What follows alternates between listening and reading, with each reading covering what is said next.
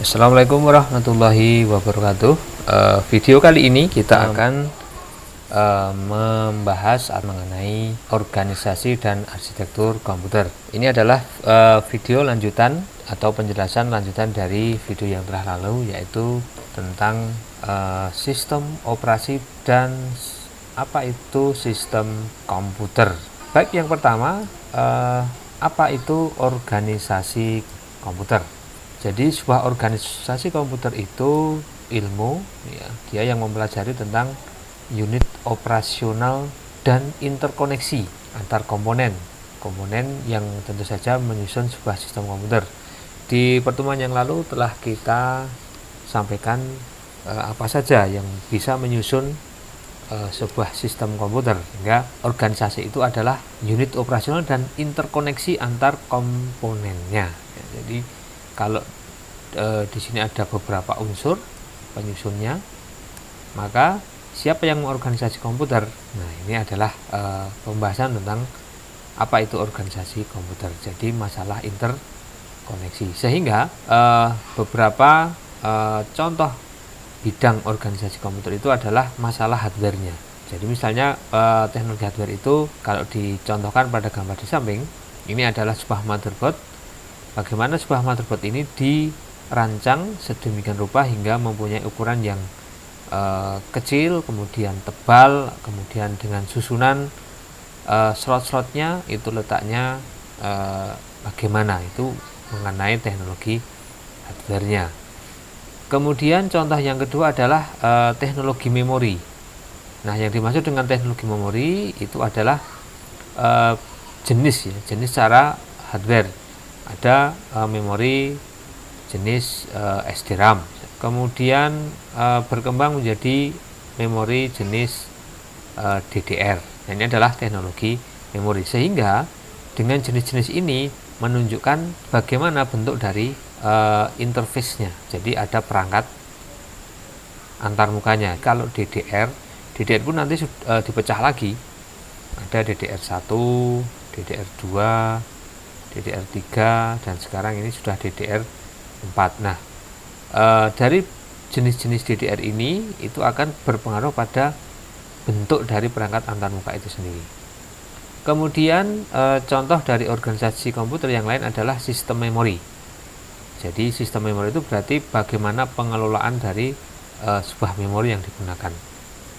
Kemudian sinyal-sinyal atau gelombang elektronis, detak digital yang mengontrol keseluruhan dari perangkat-perangkat hardware ini. Nah, ini tentang organisasi komputer. Kemudian yang selanjutnya adalah arsitektur komputer. Nah, kalau tadi di organisasi komputer dia menangani tentang bagaimana sebuah penyusun sistem komputer itu saling terkoneksi, kemudian unit-unit operasionalnya. Nah, kalau arsitektur komputer itu berhubungan dengan usernya atau operator atau programmer. Mengenai apa? Mengenai atribut-atributnya. Jadi bagaimana teknik pengalamatannya. Misalnya begini, ketika ada USB Anda yang masuk ke dalam sebuah sistem, tidak mungkin sebuah komputer itu punya port USB itu hanya satu. Nah, sehingga di sini perlu teknik pengalamatan. Misalnya tadi USB, ada USB 1, 2, 3. Nah, ketika flash disk Anda masuk, ya, entah itu di 1, 2, 3, maka di sini akan ada sebuah teknik pengalamatan. Dia beralamatkan di USB yang mana, di port yang mana. Nah, di sini punya kode-kode sendiri, biasanya kodenya hexadesimal. Kemudian set instruksi. Nah, ketika kita mau mengambil data atau mengirim data ke USB, maka ada sebuah set instruksi yang dijalankannya. Kemudian contoh yang ketiga adalah aritmatika yang digunakan. Jadi programnya bentuknya seperti apa, perhitungannya seperti apa. Jadi sebuah proses yang ada di dalam komputer itu disebut dengan aritmatika. Jadi jangan hanya dibayangkan aritmatika itu berarti matematika, bukan seperti itu. Ya, memang betul, karena sinyal yang diproses dalam sebuah komputer itu adalah sinyal digital 1 dan 0. Jadi logika 1 dan 0, sehingga memang Mengapa di sini disebut dengan aritmatika? Karena memang yang diproses adalah logika 1 dan 0. Kemudian ada mekanisme input output. Nah, ini beberapa hal atau contoh yang tergolong dalam sebuah arsitektur komputer.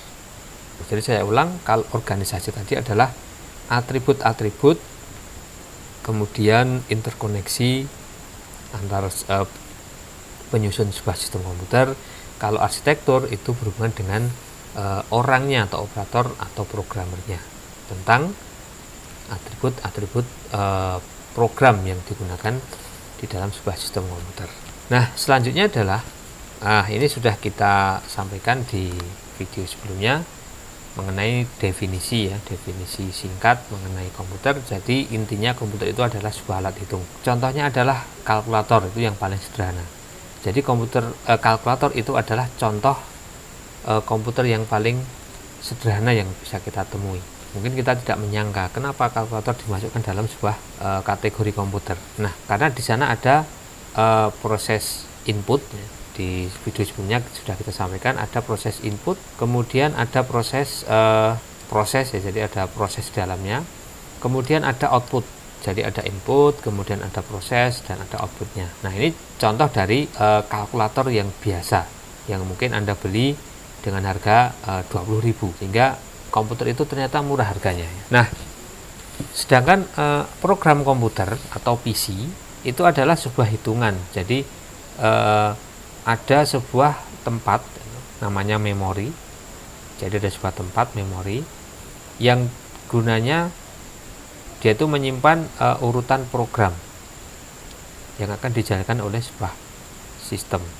Nah, ini namanya program komputer. Jadi ada daftar perintah yang tersimpan dalam sebuah memori yang nantinya akan diambil kemudian dijalankan. Nah, ini namanya PC. Nah, lalu kalau pengolahan input itu termasuk organisasi atau arsitektur. Nah, jawabannya gampang. Ciri khasnya kalau organisasi itu adalah mengenai hardware. Sedangkan kalau arsitektur itu mengenai software. Sehingga pengolahan input itu berupa pengolahan software, sehingga dia tergolong dalam arsitektur walaupun inputnya itu berasal dari komponen hardware. Kita tidak membicarakan tentang komponen hardware-nya, tapi pengolahan sinyal inputnya, sehingga dia kategorinya termasuk dalam arsitektur komputer. Nah, dalam sebuah sistem komputer itu minimal ya. Jadi minimal ada 5 komponen utama ya. Ada 5 unit yang memberikan ciri khas bahwa dia itu tergolong dalam sebuah komputer. Jadi ada input, jadi ada sesuatu yang dimasukkan yang akan diolah, kemudian ada memori, tempat menyimpannya, jadi ada input, kemudian memori, kemudian ada prosesnya di sini, jadi disimpan, ada input, kemudian ada yang menyimpannya tadi memori, dan ada yang memprosesnya. Setelah diproses disimpan lagi. Nah, keseluruhan dari proses menyimpan kemudian mengolah ini itu ada kontrolnya. Nah, setelah semuanya selesai proses ini, jadi yang tengah ini adalah proses, kemudian ada hasil atau output yang akan disajikan berupa informasi yang lengkap, bermula dari data mentah, raw data, kemudian ada proses, kemudian ada input. Nah, ini 5 bagian utama yang harusnya ada pada sebuah komputer ya, pada sebuah sistem.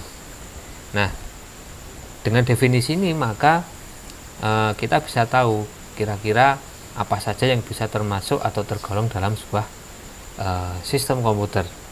Jadi ciri khasnya ada input, ada proses, ada output. Makanya tadi kalkulator itu adalah salah satu komputer yang termurah yang bisa kita miliki. Nah, kemudian ada struktur utama komputer. Oke, akan kita lihat simulasinya seperti ini. Nah, sebuah komputer, sebuah sistem komputer itu minimal ada ini. Jadi ada CPU, Central Processing Unit, kemudian ada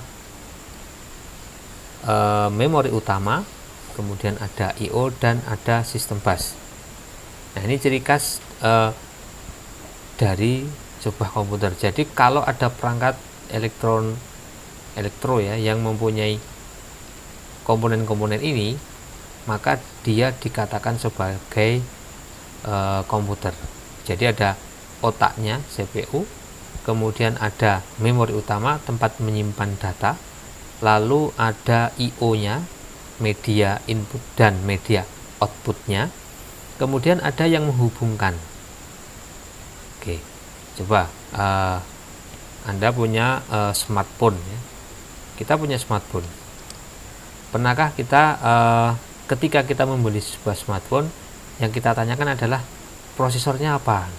Pasti jawabannya dari penjual, oh ini prosesornya menggunakan misalnya Snapdragon, kemudian dia punya speed, punya kecepatan sekian, biasanya dikatakan dengan ada octa-core, kemudian mungkin ada dual core, ada quad core. Nah, ini adalah CPU. Jadi yang dibicarakan ini, spesifikasi ini, ketika kita membeli sebuah smartphone itu adalah dia adalah CPU. Setelah ini biasanya yang kita cari juga adalah kapasitas RAM-nya, memorinya. Ini adalah memori utama, ini adalah RAM. Jadi memori utama itu RAM, bukan hard disknya, bukan memori eksternal untuk menyimpan data, itu bukan. Mungkin dikatakan di sana, oh ini 2 GB, kemudian mungkin 4 GB. Jadi memori utama itu ukurannya kecil. Baru kemudian akan disajikan juga hard disknya, penyimpanan internalnya misalnya. Jadi yang dikenal oleh masyarakat itu seperti ini. Misalnya 32 GB, mungkin ada yang 16 GB, ada yang 8 GB. Nah, sehingga smartphone termasuk komputer atau bukan? Ya kita lihat, oh dia punya prosesor. Jadi dia punya prosesor, kemudian dia punya memori utama, kemudian dia punya input enggak? Pasti ada layar sentuh, kemudian ada mikrofon. Nah, outputnya apa? Oh, ada speaker untuk suara, kemudian ada layar untuk menampilkan, itu ada I/O namanya. Kemudian ada sistem bus. Pasti sistem bus itu salah satu contohnya adalah board mesinnya. Jadi ada papan elektronik yang di sana itu berupa jalur-jalur, yang di sana isinya adalah CPU yang disolder, kemudian ada RAM yang telah disolder di sana dan sebagainya. Sehingga komponen-komponen ketiga ini dihubungkan melalui sistem bus. Jadi sistem bus ini penghubung antar strukturnya ya, penyusun dari sebuah komputer ini. Nggak ada bus, dia tidak bisa jalan. CPU dibiarkan sendiri, dia tidak bisa jalan, sehingga perlu adanya koneksi namanya sistem bus.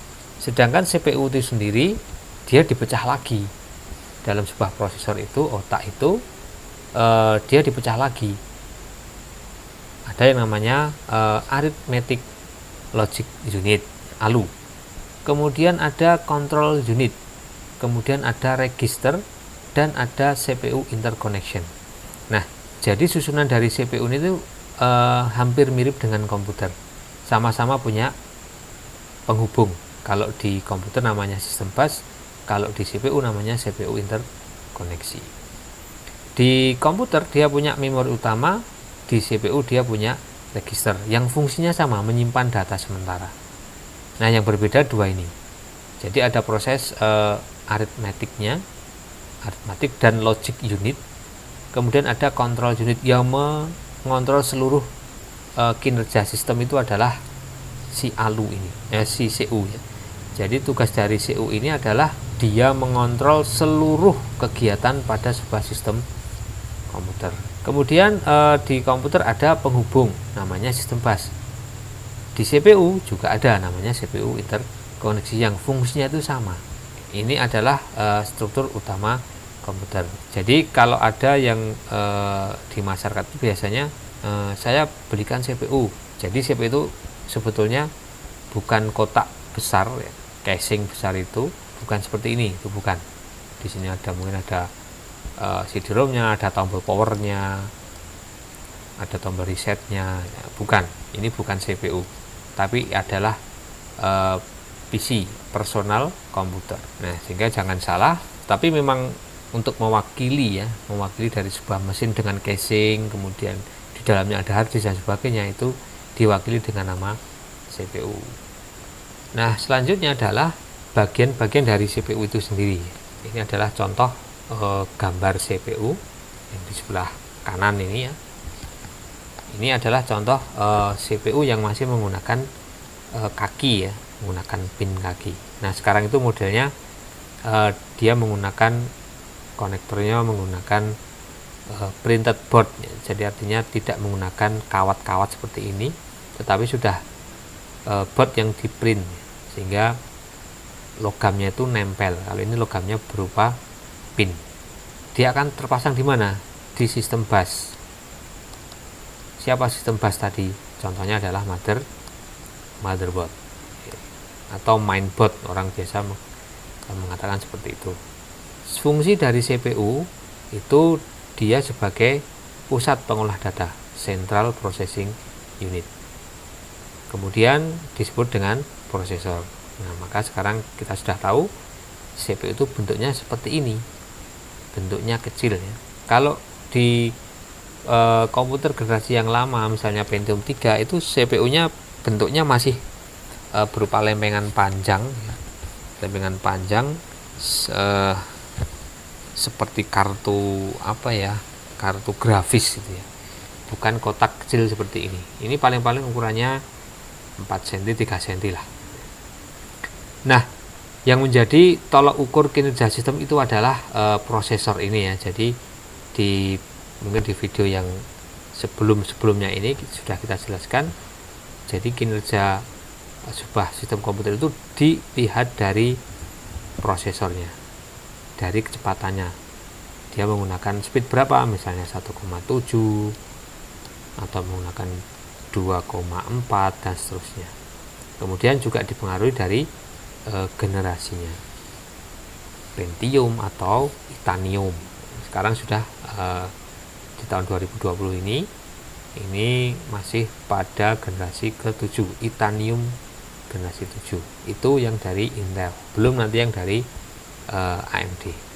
Nah, fungsi utama dari CPU itu dia menjalankan program yang disimpan dalam memori utama. Jadi memori utama itu RAM ya. Sekali lagi, memori utama itu adalah RAM, Random Access Memory, bukan hard disk, bukan MMC, tetapi RAM. Jadi dia mengambil program counter ya, atau program komputer ya, menjalankan program yang disimpan dalam RAM tadi ya. Jadi ada set instruksi yang siap dijalankan. Nah, ini diambil oleh CPU. Nah, setelah diambil menjalankan, tapi dia harus diuji dulu set instruksi yang tersimpan dalam RAM ini sebelum dieksekusi. Harus diuji dulu kira-kira menghasilkan sesuatu atau tidak, cocok atau tidak.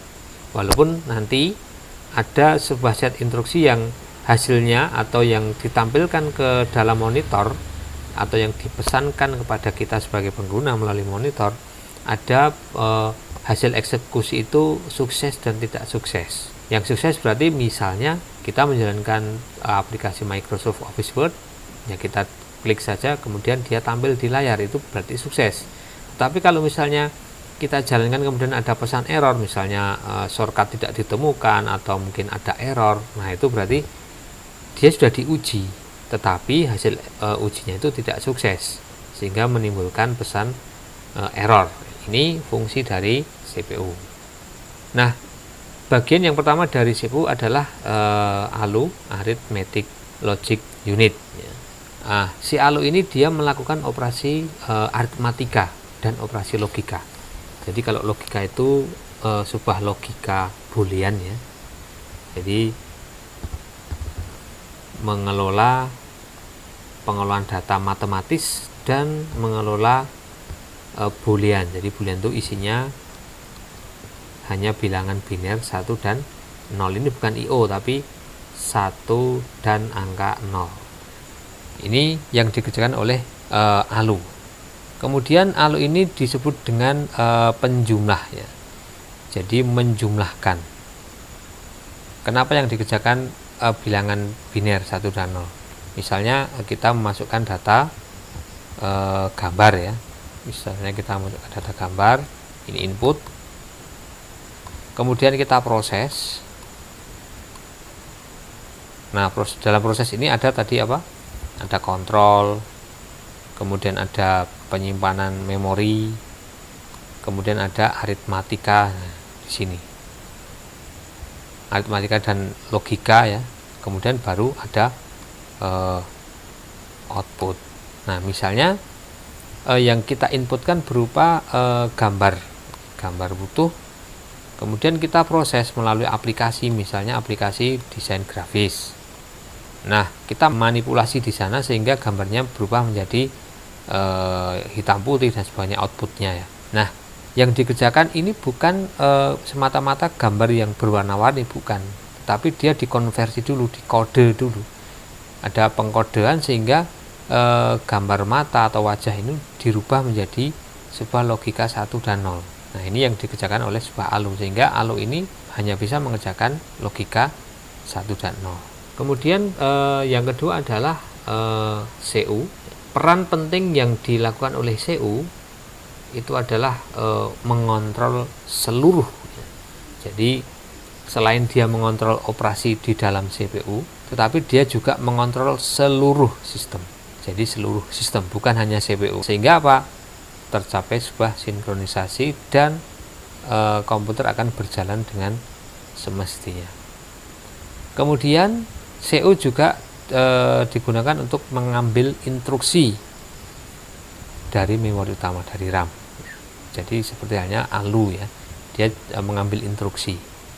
Kemudian kalau dia sudah mengambil instruksi, kemudian dia menentukan jenis instruksi yang seperti apa yang harus dikerjakan. Ini fungsi CU, sehingga dikatakan dia mengontrol operasi CPU dan mengontrol seluruh sistem komputer.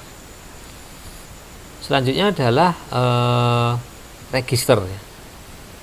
Jadi register itu sebagai media penyimpanan internal pada CPU.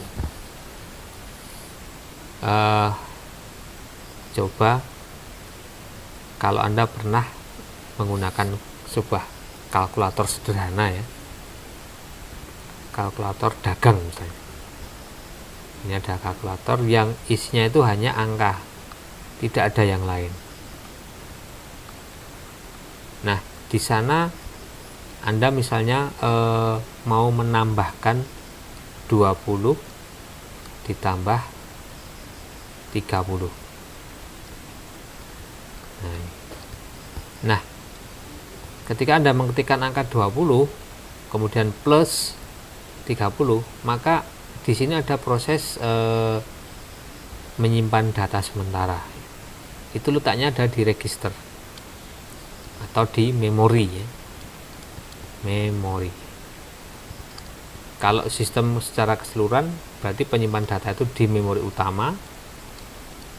Tapi kalau yang bekerja CPU berarti ada di dalam register. Nah, jadi kalkulator yang harganya murah tadi, yang saya contohkan di depan tadi, dia punya sistem penyimpanan sementara memori. Kalau Anda bisa lihat ada tombol berupa huruf M ya. Ada tombol huruf M, ada M plus, M min, digunakan untuk menyimpan di sini. Nah, inilah mengapa dikatakan sebuah kalkulator yang mungkin harganya di bawah 20.000 atau 20.000 itu adalah sebuah komputer, karena dia punya penyimpanan sementara di sini. Nah, selain itu register juga digunakan untuk menyimpan data instruksi. Jadi kalau ada RAM tadi ya, RAM kemudian diambil oleh CPU. Nah, dia diambil oleh ALU ya. Ini si ALU mengambil set instruksi, kemudian disimpan di dalam register. Disimpan dulu di sini. Di sini juga sudah disimpan di RAM, diambil, disimpan lagi di register, baru diuji oleh CPU. Jadi menguji set instruksinya. Setelah diuji, baru CPU ini menentukan jenis instruksinya seperti apa. Setelah menentukan jenis instruksi, maka si ALU akan memproses aritmatika dan logikanya seperti apa. Nah, register ini bersifat volatile ya, atau penyimpan data sementara. Artinya data-data yang tersimpan di dalam register itu nanti akan hilang kalau sumber dayanya, dalam hal ini sumber daya berupa tegangan ya, listrik, tegangan listrik itu nggak ada atau mati. Itu arti dari volatile, jadi penyimpanan sementara. Lah, data itu akan tetap ada jika sumber daya listriknya itu ada. Contohnya seperti ini, Anda baru menjalankan sebuah program aplikasi namanya Word, Microsoft Office Word. Tiba-tiba komputer Anda mati, lalu Anda menyalakan lagi. Nah, pastinya program yang sudah Anda jalankan tadi, yang kita jalankan tadi, tidak akan otomatis terbuka, dia akan hilang. Nah, ini adalah arti dari volatile ya. Tetapi kalau non volatile, misalnya penyimpanan dalam memori eksternal, hard disk misalnya. Hard disk itu walaupun komputer tidak dinyalakan, data tetap ada. Dia dibuka besok ya tetap ada. Itu non volatile. Nah, ini fungsi register. Jadi register itu sebagai tempat penyimpanan data sementara yang ada di dalam CPU dan ukurannya kecil. Lalu yang terakhir adalah CPU interconnection. Jadi keseluruhan dari penyusun CPU tadi itu dihubungkan melalui CPU interconnection. Tanpa ini dia tidak dapat digunakan. Jadi internal, penghubung internal dari CPU itu ada. Nanti keluar dari CPU ada namanya sistem bus. Nah, dia digunakan penghubung komponen CPU dalam CPU tadi, ALU, CU, kemudian ada register. Nah, dia juga digunakan sebagai sistem koneksi CPU dengan bus di luar CPU. Jadi dia digunakan juga untuk menghubungkan dengan sistem bus. Tadi ada motherboard nih ya. Misalnya ini motherboard, kemudian di sini ada slot RAM-nya tadi, gambarnya tadi. Kemudian di sini ada slot CPU. Nah, ini slot CPU. Nah, CPU akan disambungkan ke sini. Nah, untuk menyambungkan ini maka ada koneksinya berupa kaki yang panjang-panjang tadi, atau mungkin hanya plat-plat logam saja. Nah, maka di sini dikatakan sebagai sistem koneksi CPU dengan bus di luar CPU. Bus di luar CPU itu artinya ya ini papan yang besar ini, motherboard. Nah, di dalam CPU itu ada dua siklus yang akan dikerjakan. Yang pertama adalah siklus fetch atau siklus mengambil instruksi, dan ada siklus mengeksekusi. Jadi sesuai yang telah kita jelaskan di awal tadi, bahwasanya CPU itu akan mengambil instruksi yang tersimpan di dalam memori utama. Setelah dia mengambil, kemudian mengujinya, baru dia mengeksekusinya. Dan kalau sudah selesai, maka dia akan halt atau berhenti, selesai. Nah, makanya di sini digambarkan step pertama atau langkah pertama itu berupa fetch instruction to the memory. Jadi mengambil set instruksi yang terdapat di dalam RAM. Jadi main memory atau memori utama itu namanya RAM. Jadi set instruksi yang ada di sini itu diambil oleh ALU. Setelah diuji, kemudian control unit akan menentukan set instruksi seperti apa sehingga dia harus mengeksekusi. Nah, di sini ada decode instruction into command. Artinya setelah dia mengambil set instruksi, maka dia memberi atau membuat coding ya, instruksi seperti apa yang sesuai. Jadi mengkode ya, mengcoding. Nah, berbentuk komen ya, perintah-perintah. Setelah sesuai maka tinggal mengeksekusi. Nah, setelah dieksekusi dia akan disimpan lagi dalam sebuah memori. Saya contohkan yang paling mudah saja. Handphone Anda tiba-tiba untuk instalasi misalnya program atau aplikasi tiba-tiba memori penuh, itu karena main memorinya, RAM-nya ya. Misalnya RAM 2 GB, Anda install aplikasi sehingga sudah terpenuhi sekian. Maka yang bisa digunakan itu ya sisanya. Di sini set instruksi, set instruksi, set instruksi. Semakin banyak aplikasi yang Anda gunakan, maka dia akan memenuhi RAM. Sehingga ruangnya itu semakin sempit. Nah, kalau ruangnya semakin sempit, maka proses akan menjadi lama.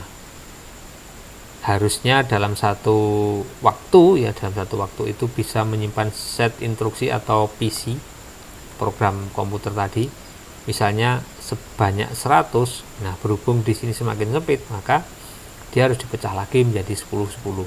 Nah, proses ini akan membuat kinerja dari perangkat itu semakin lama, semakin lambat. Sehingga kesimpulannya, jangan banyak aplikasi yang diinstal kalau memang tidak penting. Nah, ini pun juga berlaku pada komputer, bukan hanya di smartphone saja. Nah, sebuah CPU itu tidak hanya menangani satu instruksi. Jadi dalam satu siklus itu CPU tidak hanya menangani satu instruksi. Ini CPU itu tidak hanya menangani satu instruksi, tapi banyak instruksi. Karena apa? Karena prosesor itu sebuah perangkat atau komponen penyusun sistem yang mempunyai kecepatan tinggi, sehingga akan dalam satu detik itu dia bisa menjalankan instruksi yang sangat banyak. Nah, dengan banyaknya instruksi yang dikerjakan oleh CPU, maka di sini ada sebuah mekanisme untuk menjeda sebuah proses yang sedang berlangsung saat itu. Namanya interupsi. Jadi ada sebuah interupsi yang diberikan kepada CPU, dan interupsi ini bisa dilakukan oleh siapa saja. Bisa perangkat hardware-nya, bisa sebuah program software-nya, atau bahkan manusia yang menjalankannya. Ada sebuah proses jeda, jadi pengalihan. Jadi mekanisme penghentian suatu proses tertentu. Misalnya di sini telah terjadi satu proses sedang berlangsung, tiba-tiba ada permintaan proses yang lain dari luar. Jadi ada permintaan proses. Nah, dia mengetok CPU, Pak CPU, saya mau memproses yang ini, bagaimana? Nah, sehingga di sini ada proses dihentikan dulu. Ya. Ada penghentian secara cepat di sini. Jadi di sini berhenti dulu. Nah, kalau program lain tadi, proses yang lain dari luar ini lebih penting dari proses yang sedang berlangsung, maka dia akan dialihkan dulu, mengerjakan yang dari luar dulu. Nah, setelah yang ini selesai, maka dia akan dikembalikan ke proses yang awal. Sehingga di sini didefinisikan interupsi CPU itu adalah mekanisme penghentian atau pengalihan proses yang saat itu terjadi pada CPU kepada rutin interupsi. Jadi pengalihan proses yang sedang berlangsung saat itu untuk apa? Untuk menjalankan sebuah interupsi.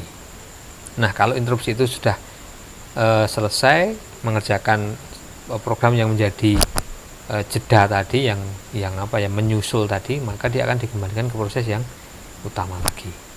Nah, tujuannya apa adanya sebuah interupsi?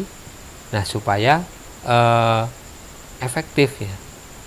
Jadi seolah-olah komponen komputer itu dapat berjalan bersamaan. Misalnya Anda printing,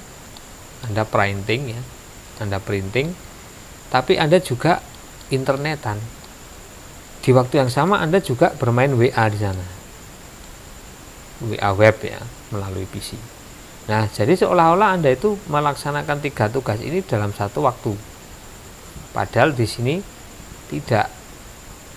Nah, saking cepatnya CPU, seolah-olah semua program ini bisa dikerjakan secara bersamaan.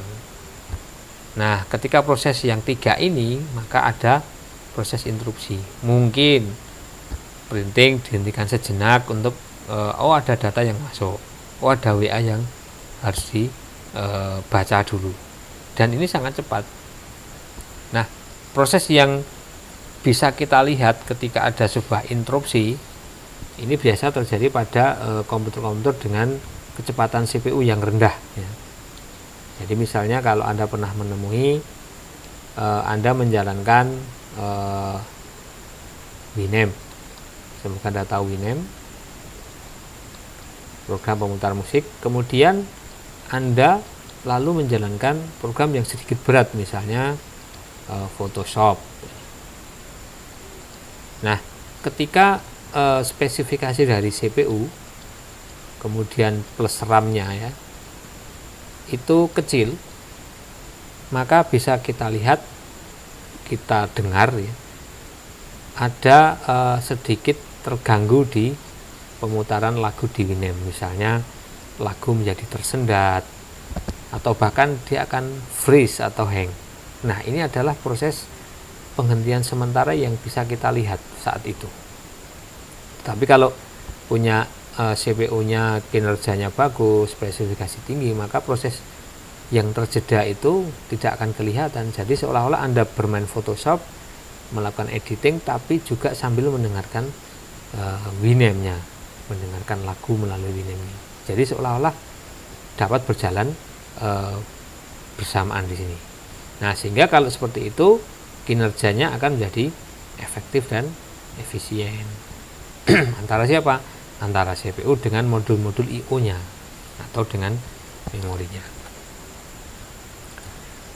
Nah, dalam mekanisme interupsi ini ada beberapa jenis interupsi. Yang pertama adalah interupsi ganda. Kalau ganda ini namanya multiple ya, jadi interupsi yang banyak.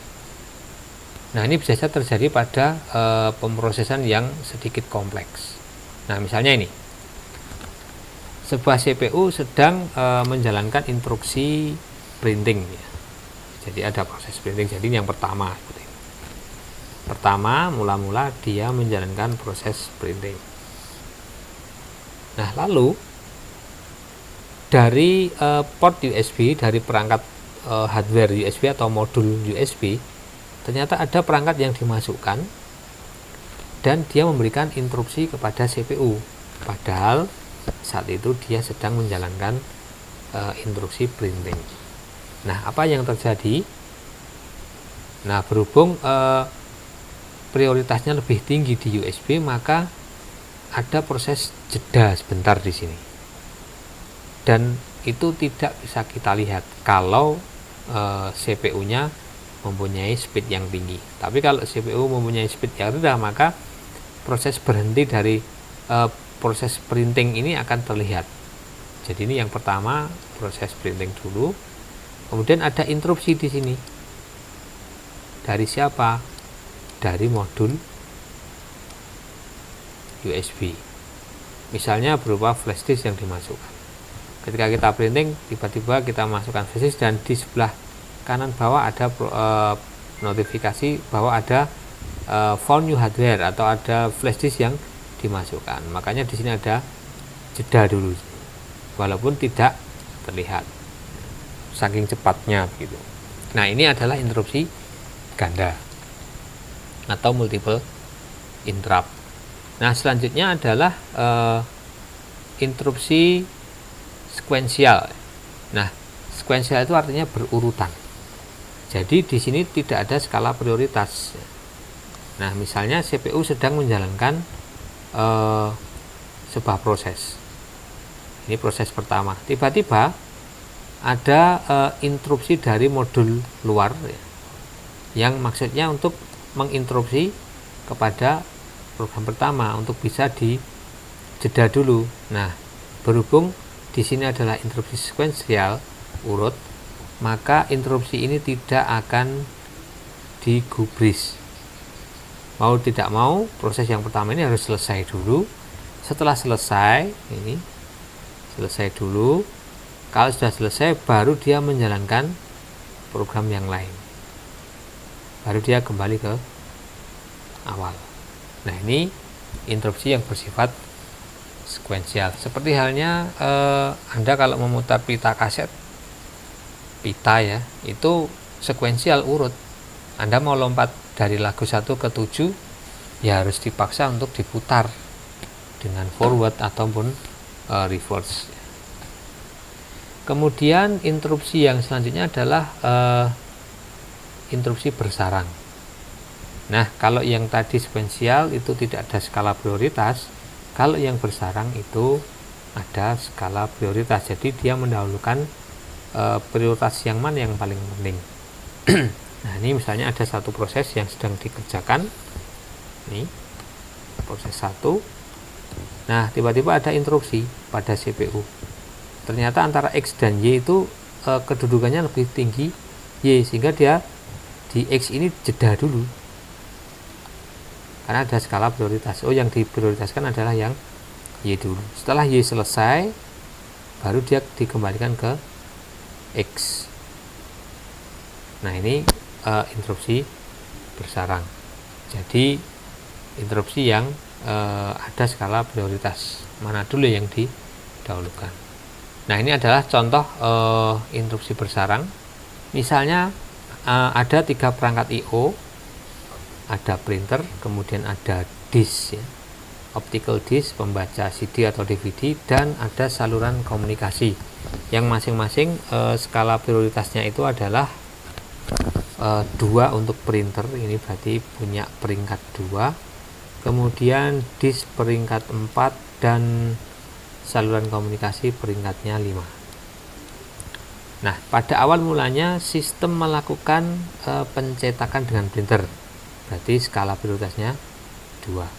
Nah, pada saat itu terdapat pengiriman data pada saluran komunikasi. Jadi ketika printer dijalankan itu ada interupsi dari saluran komunikasi, sedangkan saluran komunikasi itu punya prioritas 5 dan printer 2. Nah, sehingga karena ini bersarang, maka proses printer akan dijeda dulu untuk melakukan proses interupsi yang diminta oleh saluran komunikasi. Nah, sehingga printer itu akan dijeda dulu. Jadi printer ditangguhkan, dihentikan sejenak ya. Nah, ini interupsi printer itu dijeda, dihentikan dulu atau ditangguhkan.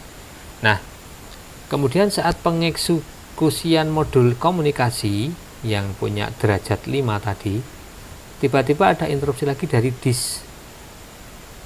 Jadi komunikasi punya peringkat 5 dan disk punya peringkat 4. Nah, kira-kira bagaimana? Nah, di sini berlaku yang sekuensial urut. Karena apa? Karena prioritasnya tidak tinggi, tidak lebih tinggi dari komunikasi, sehingga interupsi dari disk ini tidak digubris. Maka interupsi dari komunikasi ini dikerjakan dulu dan disk ditangguhkan. Nah, setelah interupsi dari modul komunikasi selesai, maka akan dilanjutkan ke interupsi yang prioritasnya tinggi. Siapa? Berarti yang 4, yang disk. Yang disk dulu, baru setelah disk selesai, maka akan dilanjutkan kepada interupsi printer yang paling rendah. Nah, barulah setelah printer selesai, dilanjutkanlah eksekusi pada program yang utama. Ini contoh dari interupsi bersarang. Nah, sekian penjelasan kita mengenai organisasi dan arsitektur komputer. Jadi kesimpulannya, kalau organisasi tadi dia menangani masalah hardware-nya, yaitu tentang interkoneksi antar penyusun sistem komputer, sedangkan arsitektur itu berkaitan dengan masalah atribut instruksinya, jadi dengan programmernya, dengan operatornya. Lalu sebuah sistem komputer itu terdiri dari 4 komponen utama tadi ya. Apa saja tadi? Itu ada memori utama, kemudian ada I/O, kemudian ada sistem bus ya, dan ada CPU. Nah, ini penyusun komputer. Jadi struktur utama komputer seperti ini, dan ada sistem bus. Nah, CPU dipecah lagi, ada yang namanya ALU, kemudian ada yang namanya CU, kemudian ada yang namanya register, dan ada CPU interconnection. Tidak dinamakan dengan bus nanti biar tidak sama istilahnya dengan bus, tapi fungsinya sama. Nah, antara memori utama dengan register ya, dengan itu sama sebagai penyimpan data sementara atau volatil. Artinya data akan tersimpan kalau ada daya. Jadi data itu bisa tersimpan atau terpelihara jika sumber daya listrik atau suplainya ya itu ada. Ketika dia mati maka data akan ikut hilang. Baik, mungkin ini penjelasan atau pembelajaran kita tentang ORCOM ya, arsitektur dan organisasi komputer. Semoga bermanfaat dan assalamualaikum warahmatullahi wabarakatuh.